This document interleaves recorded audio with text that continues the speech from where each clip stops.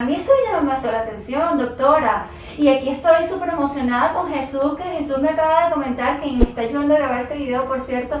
Me comentó que trajo 2 de sus hijos al mundo y que la experiencia fue maravillosa, y su esposa, ¿verdad, Jesús? Jesús, di hola, sí. saluda, mete la manito así. Hola, ahí está Jesús, Jesús está súper feliz. Estimada familia, sean bienvenidos una vez más a un nuevo video. Hoy tengo aquí a la doctora Carmen Mujica porque el tema de hoy es parto en agua.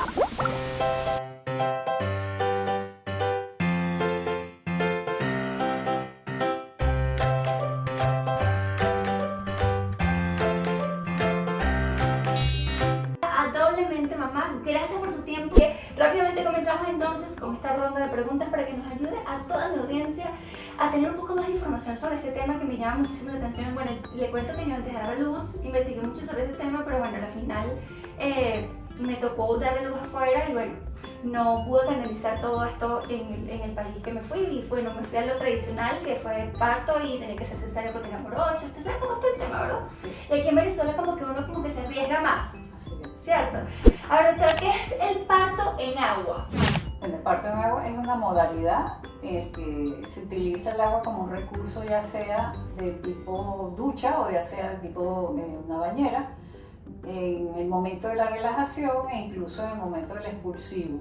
O sea, es un método que se utiliza desde hace muchos años fuera del país y que acá tiene más de 30 años ya. ¿Dónde más o menos se originó? Documentado en Rusia, ¿sí? Y luego Londres, bueno, en Alemania, Holanda. Y Estados Unidos también, me Estados imagino. Unidos sí tiene bastante, un poco más reciente, pero tiene ya varios años. Algunos hospitales cuentan ya con bastantes áreas de parto. Pero principalmente en Rusia nació esto hace muchos años, Sí. o sea, más o menos Más aproximadamente de 50 años. Más de 50 años y nació prácticamente en Rusia, ¿no? Doctora, ¿todas las embarazadas son candidatas para el parto en agua? Hay un perfil de usuaria que nosotros normalmente nos basamos en lo que es el control prenatal y se necesita realmente una embarazada de bajo riesgo.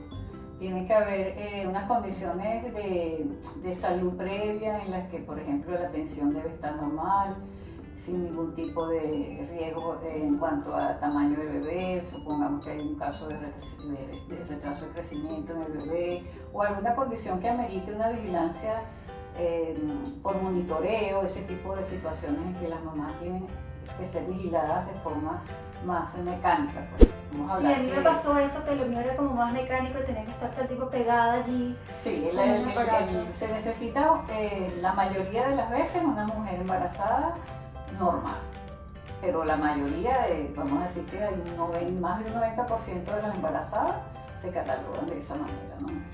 Parto gemelar de una manera natural. Cuando evaluar. están documentados partos gemelar, yo no los he tenido en agua, los he tenido en vertical y en la misma, o sea, he atendido partos gemelos, pero se necesita que por lo menos el primer bebé venga de cabeza para que sea la condición de que se pueda dar un parto. Pero la mayoría entonces son aptas para poder también tomar en cuenta Así el es, parto. así ¿Qué se necesita para tener un parto en el agua? Bueno, lo más importante es que esté bien informada, que esté en un espacio en el que se existan las competencias para eso, que haya un personal con cierta experiencia en esa área. Que su experiencia fue muy humanizada, o sea, no solamente fue un parto en agua, sino que también acompañado de algo muy humanizado, donde eso me gustó muchísimo. Sí, porque bueno, este es un movimiento que se generó hace más de 35 años. Aquí en Venezuela. Aquí en Venezuela, desde las propias mujeres buscando espacios humanizados, pues donde no se sintieran tan tratadas desde el punto de vista técnico ni instrumental, ¿no? Entonces empezaron a darse esas propuestas. ¿Y usted tiene cuántos años tienen esto? 33 años, pero se inició con varias, por ejemplo, el doctor Eva Gumber en La Floresta, el doctor Pedro Carmenares, que estaba en Katia. Ellos tenían ya, mucho antes de que yo me iniciara, ya ellos están retirados, tenían esa posibilidad de parto en agua. Realmente poco difundida, ¿no? Ahorita probablemente por la presencia de las redes, por vamos a decir que la globalización, la gente accede más a información, Sí. hay muchísimo más tendencia, vamos a decir que hay una tendencia un poco más acentuada de buscar estas alternativas. Que me gusta muchísimo, que me parece, me encanta el tema de que se llame mucho la atención en cuanto a las redes sociales, porque de verdad que hace falta, y a uno como mamá le gusta, o sea, le gustaría tener esta opción, o sea, tenerlo en la mano, por favor. Sí, ahorita justamente, aunque acá no contamos con bañera, tenemos unas duchas fabulosas con agua caliente, y entonces es un recurso, o sea, durante el trabajo de parto, el usar el agua incluso en tu misma casa cuando estás esperando para irte a la clínica, tomar duchas, tomar baños de tina, es bastante recomendado. Aunque uno piensa que para meterse en un agua tiene que estar estéril, tiene que estar, no, nada de eso. Lo importante es que tú tengas tu bañera bien limpia y que de alguna forma ya esté menos privada. Ahí podríamos decir que cuáles son las condiciones que se necesitan. Que un agua que tenga algo de limpieza, ¿verdad? Claro. Que sea transparente, que pueda ser filtrada una vez que entra a la casa y antes de llegar a la bañera. La bañera, definitivamente antes de uno llenar una bañera, la desinfecta, la deja en un proceso de desinfección por lo menos de media hora con estos productos antisépticos. Y luego de eso, que tenga una temperatura suficiente como para relajar muscularmente a la madre y darle cierto confort y que ahí se empiecen a liberar todas esas endorfinas que ayudan muchísimo a mantenernos pues, en ese estado de contráctil que molesta. Entonces, y la va relajando y eso ayuda muchísimo a la dilatación. Doctora, aproximadamente, más o menos, como cuánto tiempo dura el parto y qué se debe llevar la madre para este tipo de parto. Mira, el parto en agua suele ser más corto, sobre todo porque antes de meterte muchas veces en la bañera, o si estás dentro de la bañera, tú adquieres posiciones de verticalidad y allí influye bastante la verticalidad y la gravedad pues, sobre lo que es el descenso. Por lo tanto, ese periodo en promedio de una persona que no ha parido se puede acortar.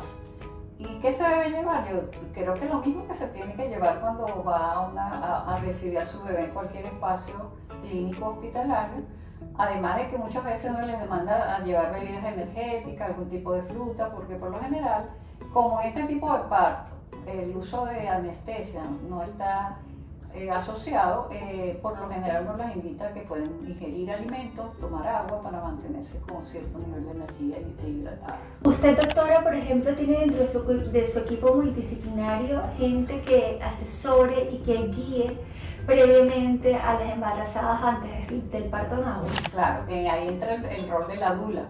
Yo estoy aquí porque hay una dula acompañando a la barrigona ahorita en este momento en ese espacio. La dula viene siendo como una guardiana. Inicialmente durante el embarazo le provee de información, de recursos, de herramientas como para que ella sepa llevar y conducir su momento en el parto. Pero también hay un apoyo intraparto importantísimo y que ellas son preparadas para este tipo también de atención de parto en agua. Doctora, ¿y qué beneficios le proporciona al bebé nacer en el agua y qué beneficios le da a la madre también? En la mamá, como hablamos, el hecho de que ella se relaje con el calorcito del agua, muchas veces también en la penumbra, si hay algún tipo de sonido, si le está haciendo un masaje o su esposo la está acariciando, ellos la invitan un poquito a bajar un poco ese nivel de noradrenalina y se liberan las endorfinas. Entonces esas endorfinas vienen siendo como los analgésicos, lo que nos calma el dolor de forma natural. Relaja el músculo, afloja bastante el periné, hace que muchas veces no se necesiten hacer cortes ni nada de eso y se evitan muchas veces los desgarros. Y para el bebé, básicamente estamos hablando de que el bebé viene de un espacio donde son 37 grados en promedio de temperatura y le estamos ofreciendo una agüita muy medio igualito en esa temperatura. O sea, no hay ese choque violento, porque una vez que uno los saca del agua, los protege con alguna cobijita, con algún campo para que no se les impacte su piel. Pues la piel es un órgano extenso que generalmente uno no se da cuenta esos seres cómo se impacta con el frío de esos ambientes tan helados como las salas de parto convencionales. El hecho de que viene como estrés de parto, porque todo viene, de alguna manera se le producen muchísimos cambios y viene estresadito, entonces ya sea parto, ya sea cesárea, se le están cambiando sus condiciones de vida y todo cambio siempre angustia. Entonces, ese espacio de agua tibia en el que probablemente la que lo va a recibir es las manos de su mamá o de su papá o de alguien que lo haga un sanitario que sabe que le tiene que dar una bienvenida cálida y respetuosa. Entonces, ya eso marca una diferencia. ¿Le dan delgaditas al nacer? No. Esos bebés son tomados de forma horizontal, con muchísimo respeto, y se les coloca inmediatamente. Si uno ve, hay una medida de bienestar del bebé que uno inmediatamente lo sabe, cuando es un bebé que amerita ser ayudado o no. Doctora Carmen, ¿existe algún riesgo en este tipo de parto? Hay unos riesgos inherentes a lo que son los partos, sean cual sean. Vamos a tocar un poco más el riesgo en cuanto a lo que uno ha vivido. Por ejemplo, yo no aconsejo el parto en agua en bebés extremadamente grandes, ¿sí? Porque a veces tú tienes que hacer maniobras que no se te facilitan. Por ejemplo, igualito particularmente, si yo veo que un bebé ha expulsado meconial, un líquido meconial, tampoco soy promotora de un parto en agua. Y la otra condición que muchas veces para mí, vamos a decir que esto lo he hecho yo como un protocolo muy personal, probablemente los otros colegas que hagan parto en agua a lo mejor difieran. Cuando yo tengo una mujer que tiene muchas horas de perder líquido, de haber roto sus membranas, no me parece tampoco muy prudente, no porque el agua la vaya a contaminar, sino que muchas veces si hay una infección secundaria al bebé, no le vamos a poder saber de dónde vino esa causa. Si uno las mete en agua, que no van a decir que fue el agua. Si uno no las mete en el agua, entonces no está atentando contra el método, porque bueno, evidentemente este método tiene bastantes detractores. Entonces nosotros para cuidarse también. Yo particularmente he cuidado mucho lo que es el método de parto en agua durante todas estas 3 décadas. Entonces, cuando yo veo que todo está dentro de lo normal y esa mujer pide, porque no es uno el que decide, sino es la mujer que pide, es un derecho y es una necesidad, entonces uno le satisface esa necesidad. ¿Para qué situaciones no son ideales para el nacimiento en agua? Por ejemplo, mujeres que de una vez durante la consulta tú estás viendo que tiene problemas hipertensivos en el embarazo, ¿sí? O alguna mujer que tiene algún trastorno médico tipo cardíaco, que tú sabes que no puedes someterla a un esfuerzo de parto, a cualquier parto, pues, evidentemente. Y yo diría que, pues, en tu caso, por ejemplo, una mujer que tiene más de un bebé, que tiene muchas veces el primer bebé, aunque esté de cabeza, nosotros no sabemos qué actitud va a tener en el momento de la salida y que muchas veces la maniobrabilidad dentro de una bañera no es la adecuada. ¿Le ha pasado que, por ejemplo, ya tiene todo preparado, todo perfecto para hacer un parto en agua normal y luego de repente le ha tocado correr al ir a lo actualmente tradicional? Sí, claro, cuando uno ve que no desciende, o sea, hay un tiempo de espera entre que ya se completa la dilatación y el expulsivo y que uno ve que no se da el proceso de eyección en ese momento, o que la mamá aqueja mucho cansancio, mucho agotamiento, o que la mamá está pidiendo ayuda porque el dolor la supera, ¿sabes? Evidentemente al lado de una bañera tiene que haber una opción también, una opción B, donde haya una sala convencional con su uso de anestesia. Y usted siempre tiene el plan A, B, C, D hasta la Z. Así debe ser. Doctora Carmen, ¿el parto en agua disminuye o aumenta el dolor? Volvemos entonces a la producción de endorfinas. Las endorfinas son los calmantes naturales de nosotros. Y cuando nosotros toda mujer que está estresada se mete a un duchazo y uno sale ya relajado, ¿verdad? Nos pasa a todos, hombres y mujeres. O sea que debería entonces... Por lo tanto, ese beneficio ya está bastante estudiado y medido. Sí aumenta las endorfinas y disminuye el dolor. De hecho, nosotros bromeamos diciéndole acuadural. Cuando piden la anestesia, muchas veces uno le dice vamos a meterte un poquito en la bañera para ver cómo te va, y en un gran número de mujeres al final no requieren la anestesia peridural. Entonces le decimos a la ducha o al agua, a la bañera, acuadural. ¿Qué preparación debe tener el agua para hacer el parto? sistemas, cuando se va a hacer este tipo de atención, se recomiendan un sistema de filtro, de doble filtraje, lo que se llaman las carcasas que van pasando entonces el agua. La primera vez pasa por un filtro de piedra y luego pasa por otro filtro que esteriliza bastante. El agua no es estéril realmente, el agua es una agua corriente sometida a ese proceso. Lo que sí se hace con bastante frecuencia es que antes de llenarlo, nosotros debemos desinfectar la bañera que sea, pues se usa cualquier producto, mientras tú la dejes 20 minutos, media hora, ya eso es suficiente. Doctora Carmen, ¿cuánto aproximadamente puede costar ese tipo de partos, el parto en agua?